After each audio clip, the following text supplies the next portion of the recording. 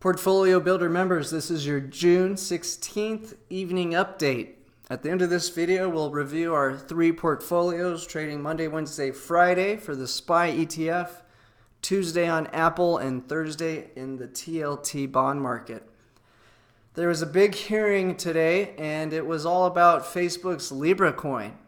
And after getting to the bottom of this, it is a huge threat to the position of the US dollar as the reserve currency. Maybe not in a year, but in 5, 10, 20 years from now, this could be absolutely huge. My suspicion is that at first, people who live in places like the Philippines, who have been having high levels of inflation, lots of people are going to find that they want to quickly get out of their local government's currency and convert into the Libra, which I believe, based on what I can find about how they're going to value the unit of a Libra, could have serious competition against the dollar, especially with our government creating such high deficits and our rates getting lower and lower. So the big idea is that it will take some sort of index of all the currencies out there and based on that create a stable coin. Now, of course, all the congressmen were super pissed about this. They hate that Facebook has been meddling in elections, making absurd amounts of money off of people's personal data. The list goes on. But this really looks like an unstoppable event, and I don't think that preventing it will happen. So this could be an easy way for people from all around the world, and they have 2 billion users, much larger than America's 350 million. And if they live in a country where the currency is losing value and there's inflation, you bet they're going to be buying Libra. So it appears the knee-jerk reaction, in fact, over the last several days has been to sell Bitcoin. But I would just argue that this is very bullish for Bitcoin and that this is a good buying opportunity. So we launched our cryptocurrency portfolio alongside our other 3 portfolios. This is a part of our basic strategy. And I've recommended that you have a 5% total allocation to cryptocurrencies, which is where our account started at. And it's currently a bit above that, but we're still holding. I think that the big run into Bitcoin is just getting started. And the people who are flooding into Bitcoin are more like the folks in China who are immediately having to react to tariffs causing the Chinese to devalue their currency. And I think that things are about to get a little more heated in that general area. And we're also seeing a lot of problems in Europe with the value of currencies. So we got some pretty rich folks who are putting a small part of their capital into Bitcoin. So in general, I really like Libra. It's definitely going to take a long time to get built and launched, but this is definitely a game changer. And it could potentially compete with the US dollar in terms of somewhere you might want to safeguard cash and just hold value, not necessarily trying to get rich, but just trying to own something that's not going to be severely manipulated and takes an index approach to world currencies. And you got to imagine how complex this will be to have an exchange all around the globe instantly with 2 billion users. It's huge. Now they're partnering with companies like Coinbase, and this will be something we'll want to focus on more and more, but of course the key stock is just the simple Facebook play.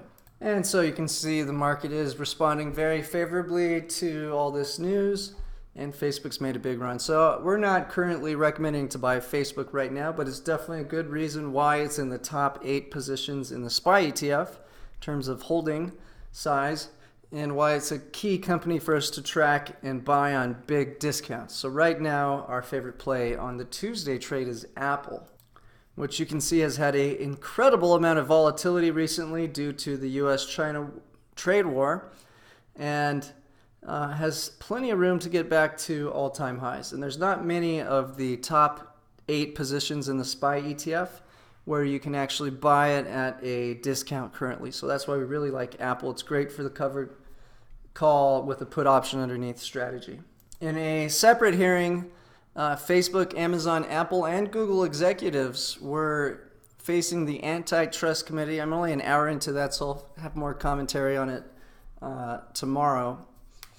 But I believe this will just be the start of much bickering from Congress over these tech giants that are just growing exponentially and making it almost impossible to enter their space because they've become so huge, so rich, and so powerful. Donald Trump is targeting China again. The president reiterated his threat of more tariffs on Chinese goods after promising to hold off on additional duties in a trade war truce he reached with Xi Jinping last month. He asserted that China is supposed to buy more farm products, a pledge Beijing hasn't confirmed or fulfilled. Here's an interesting chart showing the manufacturing PMI change over the last 12 months. And of course, US is near the top, only beneath a few like Taiwan, Austria, Netherlands, Germany, and Switzerland. Here's an interesting chart from the Federal Reserve Bank of New York. And you can see we've entered a zone where there's always been a recession. Now, I do want to note that the percent chance can go all the way up to 100.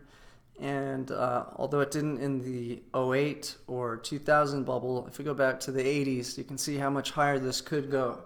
So typically what happens is you get a huge run up and then an explosive crash. And so that's why our strategy is so powerful. We finance a free put option so that we never, ever have a large risk in the market at any time, for any reason, and under any circumstance when we know we're in the middle of a blowout bubble. The U.S. banks were reporting earnings today, and they're starting to feel the pain of low interest rates. Makes it hard for them to lend money profitably when the Fed rate is so low. However, they do make up for that usually with stock trading. Evans' choice of 25 or 50 basis point cut in July meeting is question of strategy. Larger cut might achieve inflation goals sooner. Of course, they throw out the laugh out loud. Cryptos are crashing as Libra hearing ends. Bitcoin back below 10K. I definitely think this is a buy. Trading is risky. You can lose your entire investment, especially with Bitcoin. Everything else we do is super safe. We have a put option under an underlying asset with a covered call on top called a collar. Super safe. Investing in Bitcoin is the exact opposite, but this gives your portfolio an extra zing, unlike any other asset in the world. So the maximum recommendation I would have is 5% right in Bitcoin. If you want to break it down, I'll pull up our model portfolio again. Now, just because this is up 170%, that doesn't mean you will be up 170% if you build this same portfolio. You're buying in at a higher price, but I do think this is a very cheap price relative to the global circumstances with PMIs crashing and a good reason for a lot of people to flee their currency in the near future. So this can create a huge push into Bitcoin. And the Libra announcement has nothing negative against Bitcoin. They're totally different animals. And people are speculating on Bitcoin, whereas people in Libra will just be trying to simply maintain a small amount of wealth in most likely a developing country like the Philippines or quite a number of others.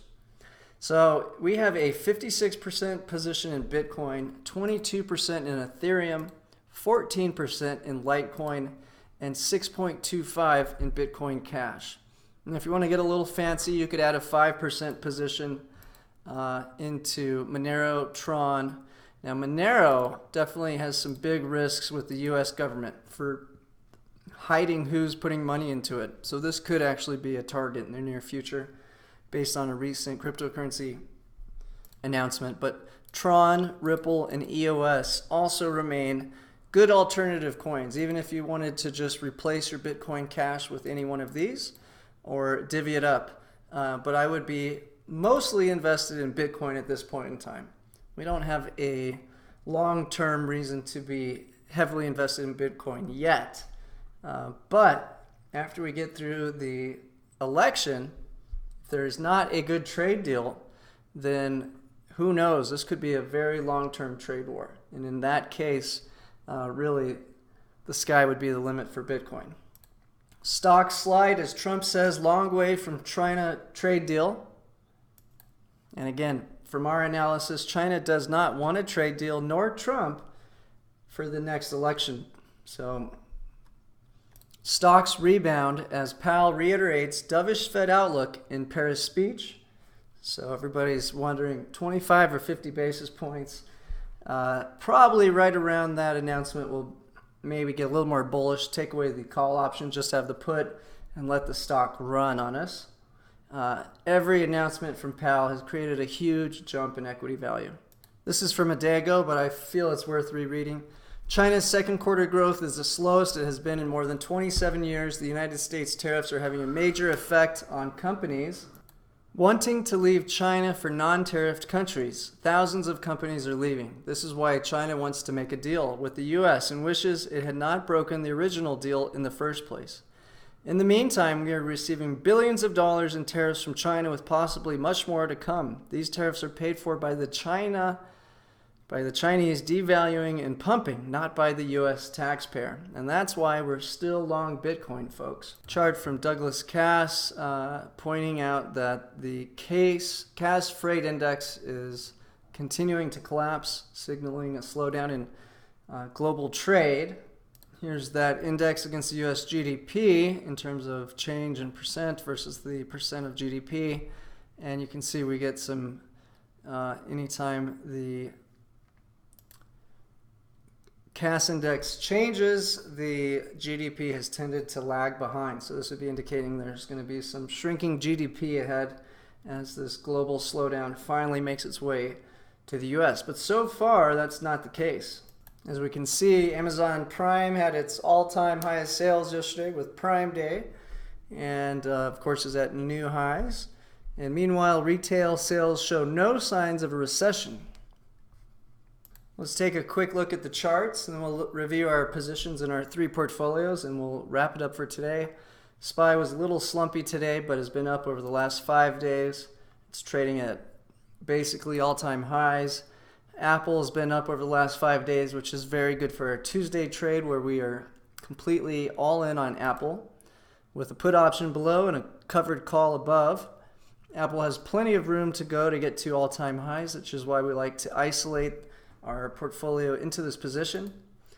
TLT had a sell-off over the last 5 days. Again, we're recommending that a huge chunk of your portfolio should be following our Thursday trade alert, and that's because if you go half TLT, half SPY, you have an extremely balanced portfolio that will overall reduce your total volatility. In the long run, they tend to go up together, but in the short run, they tend to go in opposite directions, which means in any given day, you have very little drawdown. And in fact, if we do get some sort of scare from Trump, most likely equities will take a huge hit and there'll be another rush to the TLT. We already know the Fed's going to start lowering rates, and that's bullish for the TLT. Meanwhile, all the data around the world is deteriorating. So there's surely plenty of cash that's going to find its way to the U.S. in both the stock market, as long as trade routes don't get completely disrupted, as well as money flooding into the TLT. Now, while the Fed can directly purchase the TLT, they cannot directly purchase equities. And so most likely at some point, the Fed is going to actually have to start buying its government's bonds in order to fuel this huge deficit, this huge infrastructure plan, this big government that is just a magnet for money. We looked at Facebook earlier. Google has a ways to climb. Google's getting attacked as anti-patriotic by Peter Thiel, one of the founders of PayPal, and now also Trump. And the big thing is that they have been declining work from the U.S. government, military, and working with the Chinese Communist government on a big artificial intelligence project. That could create a big sell-off in Google at some point, which would potentially be good for our Thursday trade. So we'd be taking profits on the TLT at that time and buying Google in a big volatility event. But I prefer to get Amazon. I think even though we also know Trump is not a fan of Amazon, I think it's just so strong. It's growing so rapidly. It's putting the most money into research some $40 billion, more than any other company in the world. Quick look at the gold chart, still stuck at 1400. I think all it's going to take is one more scare in the China front. Even if there is no scare and they just ride the coast all the way to the election, I don't think anybody believes that the Chinese are going to completely give in to this huge list of demands we have. So I think that gold is a good play. We're playing that with our Thursday trade. So we're doing the same strategy: buy the TLT, sell the call option, buy the put, take part of the profit, and bet on gold going up. And that's GLD. This is our Monday, Wednesday, Friday portfolio, launched last December, up 8.9%. It trades the SPY, the best ETF in the world, because it has the most liquidity, the biggest assets, more than any hedge fund, bigger than Ray Dalio's, and it diversifies your capital into 504 companies. It has a dividend, and most importantly, it has 3 option expirations a week. You really can't beat it. At least 25% of your portfolio should trade these if you're willing to trade Monday, Wednesday, Friday. Okay, on Tuesday, we trade Apple. So if you only want to trade twice a week, that's our crypto portfolio. Here's our Apple trade. This will either buy a basket of stocks that are the top holdings in the SPY. So just think, where's the SPY? Reinvest your cash. These companies right here. It automatically flows to these. So if you're willing to take the time to do the Tuesday trade, it's a good way to diversify and get a higher yield than we're offering on our Monday, Wednesday, Friday trade with less work. So it is a good opportunity to diversify your stocks. But in total, I wouldn't have more than half my portfolio following stocks without the other half playing the bond market. And that really balances you out. While stocks are at all-time highs, bond markets are basically at all-time highs, and there's a lot of risk that's not really being priced into all these assets. So again, that's our Tuesday trade. When things aren't so risky, we might be in a broader portfolio with all 8. But right now, Apple's really the best buy out of the bunch, and it has the largest position. Number 1 spot in Warren Buffett's portfolio, and so that's where I like to park our cash right now. And this portfolio has performed very well. These were all launched at the exact same date. This is up 15%. Now our whale portfolio trades on Thursdays. Most of the time anyone can afford to do it. You only need 100 shares of the TLT. That brings you in at 13 grand. But when we do occasionally rotate into Amazon or Google during a big sell-off, you might skip those trades and just continue the TLT. I will always keep a TLT trade open just so that people can keep that balance open. But there will be times, rarely, where Amazon or Google's at a discount. We'll jump in there and do the same covered call put strategy, otherwise known as a caller. Okay, reminders everybody needs to know. Our live Q&A webinar is Wednesday at 1 p.m. Eastern. This is for our paid membership. Also realize you don't get the Tuesday or Thursday trade if you're on a free trial or an expired trial. That's just for our paid membership. Thursday, we host a free newbie webinar. That means you can ask any question under the sun, talk about options, talk about our product, whatever you want.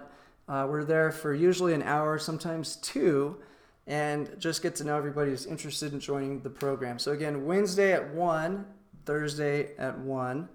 The Wednesday one only gets replayed to our paid members, and Thursday gets replayed to everybody. So if you don't make it, don't worry. We'll send you a copy of it to watch a little later in the day. Trade schedule. This is what you may be getting during your free trial is the Monday, Wednesday, Friday trade at noon Eastern. If you're on an expired trial, you'll still get to see these alerts, but after the close, so you missed out on the trade. Now, once you do upgrade, you get our Tuesday, which will pick a specific stock usually. Right now it's Apple. We do the covered call play. We do the short call and the long put, which creates a caller. That means you can barely lose a little, but we are going to limit how much we can make on the upside. Thursday, we're doing a little more complex of a trade. It's TLT plus GLD. So we're buying the TLT, selling the call option on top of the TLT, buying a put. So now we've put a floor on how much we can lose, which is very, very little. And then putting a small bet onto GLD, betting the long-term trend for gold is up. And so those two play together very well. If you are on a free trial and you'd like to extend it for a week free, call Victor at 505-203-0396. And if you're already a member or you're ready to upgrade, call Dean at 505-322-7515 and Chris at 760-803-5335. Looking forward to a new trade alert tomorrow morning. We've got a webinar for our paid folks. Thursday we've got the Whale Club membership trade alert, which plays the TLT right now with GLD on top of it. The freebie webinar with the replay. Friday we do a trade alert on SPY, no evening update. And if we have time, we'll produce a track record detailed video over the weekend. Otherwise, Monday's your next SPY trade. Everything happens at noon Eastern, trade alert wise. So this is easy to follow, very safe. And if you want a little extra jazz, keep track of our picks on Bitcoin. So right now, 5% total portfolio is the max exposure. If you want to be super safe, just put 1% in. It could make a difference.